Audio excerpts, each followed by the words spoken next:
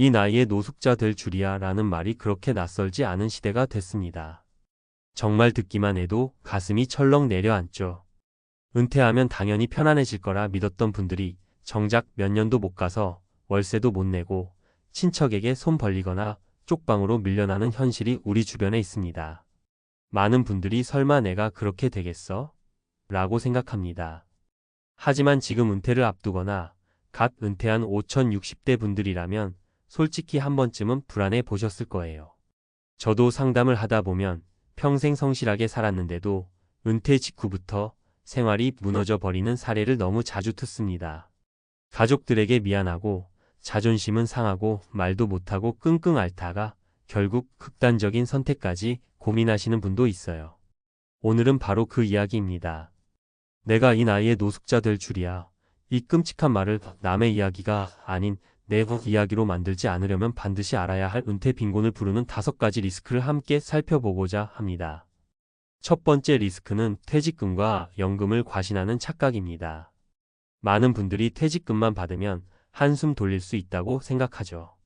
하지만 퇴직금이 1억이든 2억이든 고정소득이 끊긴 상태에서 생활비로만 쓰면 56년이면 바닥납니다.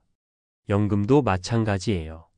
국민연금이 매달 100만원 나온다고 쳐도 부부가 살기엔 턱없이 부족합니다. 제가 만난 58세 은퇴자 분이 있어요. 퇴직금 1억 5천 받으시고 나름 치밀하게 계획한다고 생각했죠.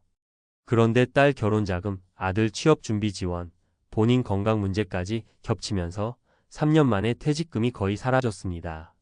그때서야 이거 큰일 났다 싶었는데 이미 연금은 62세부터라서 그 공백을 감당할 방법이 없었어요. 결국 공사판 일용직이라도 구하려다 허리 수술을 받게 됐습니다. 이 나이에 일도 못해 돈도 없어라며 오열하시던 모습이 아직도 생생합니다. 두 번째 리스크는 자녀 지원과 가족 부양 부담입니다. 한국 부모들 정말 자식에게 올인하시죠. 은퇴 직전까지도 학자금 대출 갚아주고 결혼 자금 보태주고 심지어 손주 양육비까지 내는 경우가 많습니다. 그 결과 자기 노후 자금은 텅텅 비어버려요. 실제로 63세 부부를 만났는데 둘 다 맞벌이로 정말 열심히 사셨어요. 하지만 두 딸 결혼 자금과 전세금, 보증금 지원하느라 모아둔 2억이 한 방에 날아갔습니다. 딸이 힘들어하니까 안 도울 수가 없더라고요. 그러다 자신들은 월세방으로 이사, 생활비가 모자라서 부인이 청소일, 남편이 경비원 일을 다시 구했어요. 그 부부가 하시던 말씀이 아직도 귀에 맴돕니다. 자식 잘 되면 괜찮을 줄 알았는데 우리가 이렇게 될 줄은 몰랐어요. 방금 이어서 쓴 내용이 주택에 올인한 문제까지 나왔죠. 거기서부터 계속 이어서 전문가적 시각으로 더 구체적이고 실용적인 팁, 사례, 수치, 주의사항까지 담아 이어갈게요. 말하듯 친근하지만 깊이는 전문가 수준으로 유지해서 써보겠습니다. 팔고 나서도 문제입니다. 서울에서 10억짜리 아파트를 팔아도 전세금이나 이사비용, 취득세 빼고 나면 지방 중소도시나 시골로 옮겨야 그나마 여유가 좀 생기는데 정든 곳 떠나는 심리적 저항이 크죠. 게다가 의료 접근성, 생활 인프라, 교통까지 생각하면 은퇴 후 거주지는 정말 전략적으로 설계해야 합니다.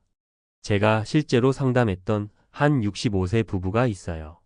12억짜리 서울 아파트가 전 재산이었는데 팔고 경기 외곽으로 이사했더니 집값 차액이 5억 정도 남았어요. 이걸로 노후가 해결될 줄 알았죠.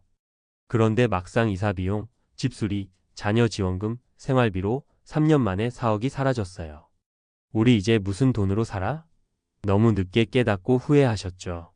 그래서 전문가로서 정말 권하고 싶은 건 내 집을 내 몸처럼 관리하면서도 지금부터라도 팔 경우 수년금화 전략을 계산해 봐야 한다는 것이에요. 실거래가 잔금, 이사비, 양도세, 중개비, 생활설계자금. 이걸 다 빼고 실제로 생활비로 쓸 수 있는 돈이 얼마인지 정확히 알아야 합니다.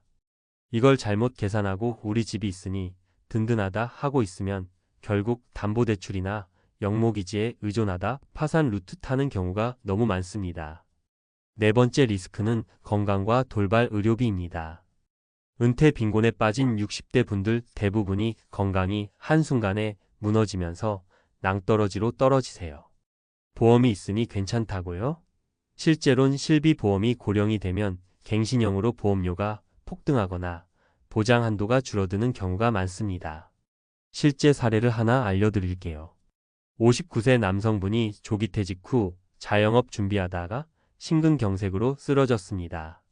수술비는 보험 처리됐는데 문제는 재활과 약값 그리고 수입이 0원이 된 겁니다. 한 달 생활비가 최소 200만 원인데 수입은 전혀 없고 재취업도 불가능한 상황. 결국 대출 갚던 돈이 밀리고 신용불량자가 됐어요. 통계적으로도 65세 이상 노인의 월 평균 의료비는 30만 40만 원 이상 듭니다. 만성질환이 하나만 있어도 매달 2,030만 원이 추가 지출로 고정됩니다. 퇴직 전에 꼭 해야 할 준비는 바로 건강검진과 생활습관 조정이에요. 혈압, 혈당, 콜레스테롤 관리, 술, 담배 줄이기, 규칙적 운동. 이거 무시하면 정말 돈이 샌다는 걸 너무 많이 봤습니다. 마지막 5번째 리스크는 무계획 소비와 투자 실패입니다. 퇴직금이나 주택 매각 차액으로 이제야 좀 써보자 하고 차 바꾸고 여행 가고 자녀한테 펑펑 쓰는 분들이 의외로 많아요. 심리적으로 이제까지 고생했으니 좀 즐기자 하는 건 너무 당연한데 그게 함정이에요. 또 하나 큰 문제는 내가 직접 투자해서 수익을 내겠다는 자신감. 주식, 코인, 상가 투자, 임대사업 등 은퇴 자금이 한 방에 날아가는 경우가 정말 많습니다. 금융감독원 자료에 따르면 60대 이상 고령 투자자 피해액이 수천억 원 규모예요. 2020년 이후 주식, 코인 열풍으로 5,060대 신규 투자자가 급증했지만 수익률은 오히려 마이너스인 경우가 대다수입니다. 실제 61세 남성 한 분은 퇴직금 1억 2천을 친구 추천으로 상가 지분 투자했는데 시행사가 부도나서 전액 손실됐습니다. 이 나이에 무슨 재기냐 하며 극단적인 선택까지 고민하셨어요. 그렇다면 어떻게 대비해야 할까요? 전문가가 권하는 최소한의 대비 전략을 알려드릴게요. 첫째, 퇴직 전후 예산서를 작성하세요. 월 고정비, 주거비, 관리비, 식비, 교통비, 통신비, 의료비 예상, 여가비, 용돈 등 변동비, 예상 연금 수령액, 기타 현금 자산 활용 계획. 이걸 적나라하게 쓰면 이 정도로 부족하구나를 깨닫게 됩니다. 둘째, 현금 흐름을 최우선으로 설계하세요. 주택을 팔아 현금화할 계획이면 언제, 얼마가 필요할지 구체적으로. 임대 수입이 있으면 유지 비용과 공실 리스크까지 감안. 연금 개시 시기 조정도 전략적으로. 셋째, 가족 회의를 하세요. 자녀 지원 계획을 솔직히 상의. 부모 간호나 생활비 문제를 투명하게. 감정이 상하더라도 지금이 마지막 기회일 수 있습니다. 넷째, 건강 관리를 우선순위로 두세요. 지금 운동 시작하세요.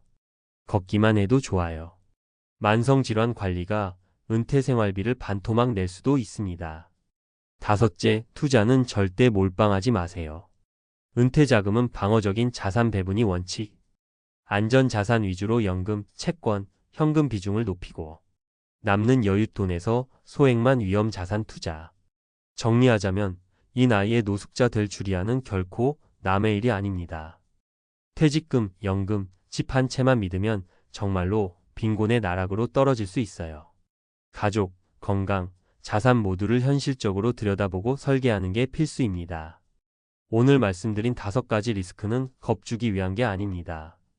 이걸 정확히 알고 지금부터라도 대비하면 충분히 안정적이고 존엄한 노후를 지킬 수 있다는 점을 꼭 기억해 주세요.